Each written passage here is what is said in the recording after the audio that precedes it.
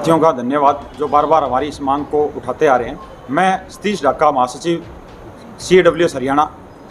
आज की इस प्रेस वार्ता का मुख्य कारण दो हैं। एक तो ये कि जैसा कि आपको पता है, पिछले 3 से 3.5 वर्षों से क्लरिकल जो यूनियन है हमारी CAWS, वो अपने वेतन के लिए संघर्षरत हैं। उसी कड़ी में जैसे आपको पहले ही बताया था कि हम 12 अगस्त से पूरे हरियाणा में सभी विभागों, बोर्ड, निकायों, यूनिवर्सिटीज़, सबके जो क्लरिकल कैडर है वो पूरा स्ट्राइक पे है। क्योंकि हम सरकार से जो वार्ता कर रहे थे, सरकार उस वार्ता से पीछे हट रही है, परंतु उस पर कोई कार्रवाई नहीं कर रही है। सरकार हमें बार बार वादा खिलाफी कर रही है।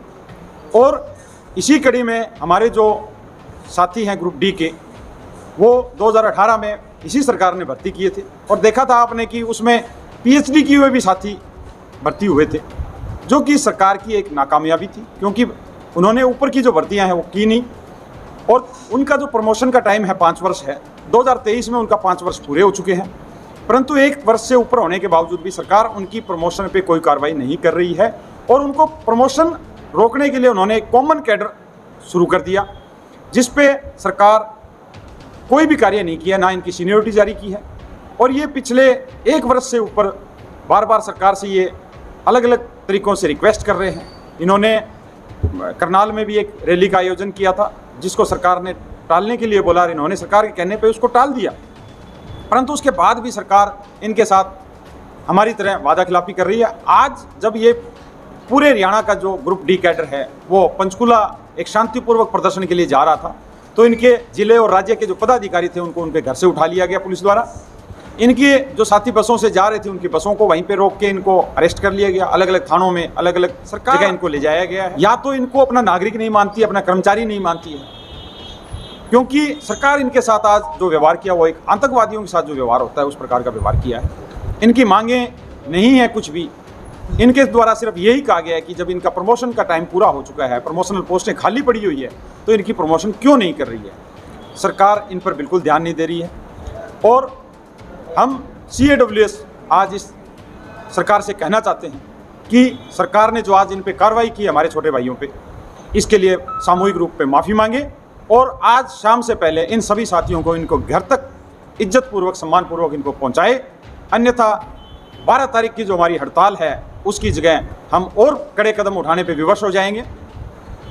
अगर सरकार का कर्मचारियों के प्रति यही रवैया रहा तो आने वाला जो समय है वो सरकार के लिए बहुत घातक होगा। हम किसी भी कदम से पीछे नहीं हटेंगे। सरकार कर्मचारियों की जो जायज़ मांग है उनको माने, चाहे वो क्लरिकल की है, चाहे वो ग्रुप डी की है, या सरकार साबित करे कि इनकी जो मांगे हैं वो गलत है। अगर साबित नहीं कर पाती है तो सरकार का नैतिक दायित्व बनता है कि वो इन मांगों को तुरंत माने और इसको लागू करे। पिछली बार जब आप हड़ताल में बैठे थे, जब भी आप लोगों को विश्वासन दिया गया था कि आपने जो पेश किया है 15 अगस्त के दिन जो स्ट्राइक वापस ली थी, पुराने जो मुख्यमंत्री थे मनोहर लाल खट्टर जी, उनके कहने पे, उनके आश्वासन पे उन्होंने हमसे 2 वादे किए थे कि एक तो आपका जो आपकी ड्यूटी रिस्पॉन्सिबिलिटीज़ देख के उसके हिसाब से आपका पे फिक्स कर दी जाएगी। दूसरा, उन्होंने जो हमारा स्ट्राइक पीरियड था उसको ड्यूटी पीरियड मानने के लिए भी हाँ की थी। परंतु मनोहर लाल खट्टर जी की दोनों वादे एक जुमला निकला। उन दोनों ही किसी वादों पे वो पूरा नहीं हो पाए और अभी तक भी हमारी वो मांगे ज्यों की त्यों हैं। सरकार ने कुछ नहीं किया सिवाय वादा खिलाफी के। अभी भी सरकार वही कार्य कर रही है, परंतु सरकार को इसके गंभीर परिणाम भुगतने पड़ेंगे। आज हम आपके माध्यम से ये कहना चाहते हैं सरकार को। 12 तारीख की जो हड़ताल है वो देश भर में रहेगी। बिल्कुल, 12 तारीख की जो हमारी हड़ताल है, हरियाणा के पूरे विभाग, बोर्ड, निकाय, यूनिवर्सिटीज़, जितने भी डिपार्टमेंट हैं जिनमें क्लरिकल कैडर है, क्लरिकल कैडर में क्लर्क से लेकर सुपरिटेंडेंट तक सभी के सभी आपको 12 तारीख से दरी पे बैठे मिलेंगे, हर सचिवालय के बाहर मिलेंगे। और ये हड़ताल, अभी तो हमने 3 दिन का टाइम दिया है सरकार को ये हड़ताल, लेकिन अगर सरकार फिर भी अगर गौर नहीं करती है तो ये हड़ताल आपको अनिश्चितकालीन मिलेगी। ग्रुप डी के जो साथी पंचकूला पहुंचे थे, जो स्टेट बॉडी इनकी, उनको वहाँ से अरेस्ट कर लिया गया। और जो जिला प्रधान आज अपने टीम के साथ जाने थे उनको आज सवेरे ही उनके घर से अरेस्ट कर लिया गया। मेरे साथ सिरसा जिला के जिला प्रधान कृष्ण रोज सर हैं, इनको भी इनके घर से आज उठाया गया और करीब 11 बजे इनको वहाँ से शर्तों के आधार पे छोड़ा है कि आप सिरसा से बाहर नहीं जाओगे। ये जो व्यवहार है सरकार का, ये कर्मचारियों के प्रति बहुत निंदनीय है और सरकार को इसके लिए माफ़ी मांगनी चाहिए। अभी आने वाले समय में विधानसभा चुनाव भी नजदीक है, आप आपको लगता है कि आपको विपक्ष के नेताओं से भी मिलना चाहिए अलग पार्टियों से?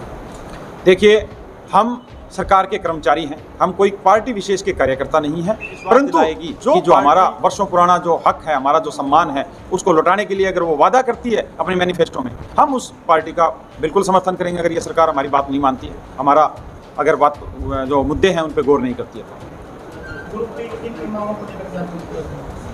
ग्रुप डी अपनी 5 साल का कार्यकाल पूरा होने के बाद प्रमोशन की मांग कर रही है।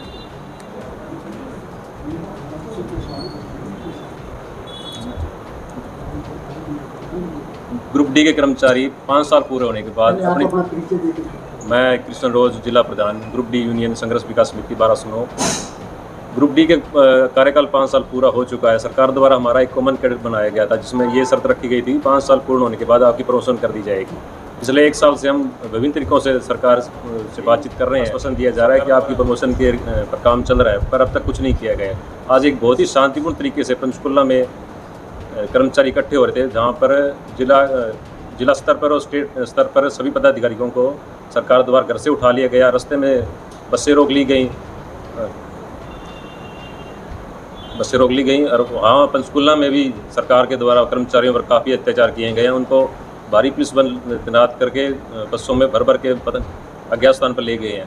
तो मैं सरकार से यही गुजारिश कर रहा हूँ कि हमारी मांगे जायज़ हैं और इन पूरा करने पर सरकार इस पर ध्यान दे। इससे आगे आपका क्या कदम रहेगा? अगर सरकार हमारे इस प्रमोशन के मुद्दे पर हमारा साथ नहीं देगी तो हम बहुत ही अनुचित कदम उठाने पर मजबूर हों।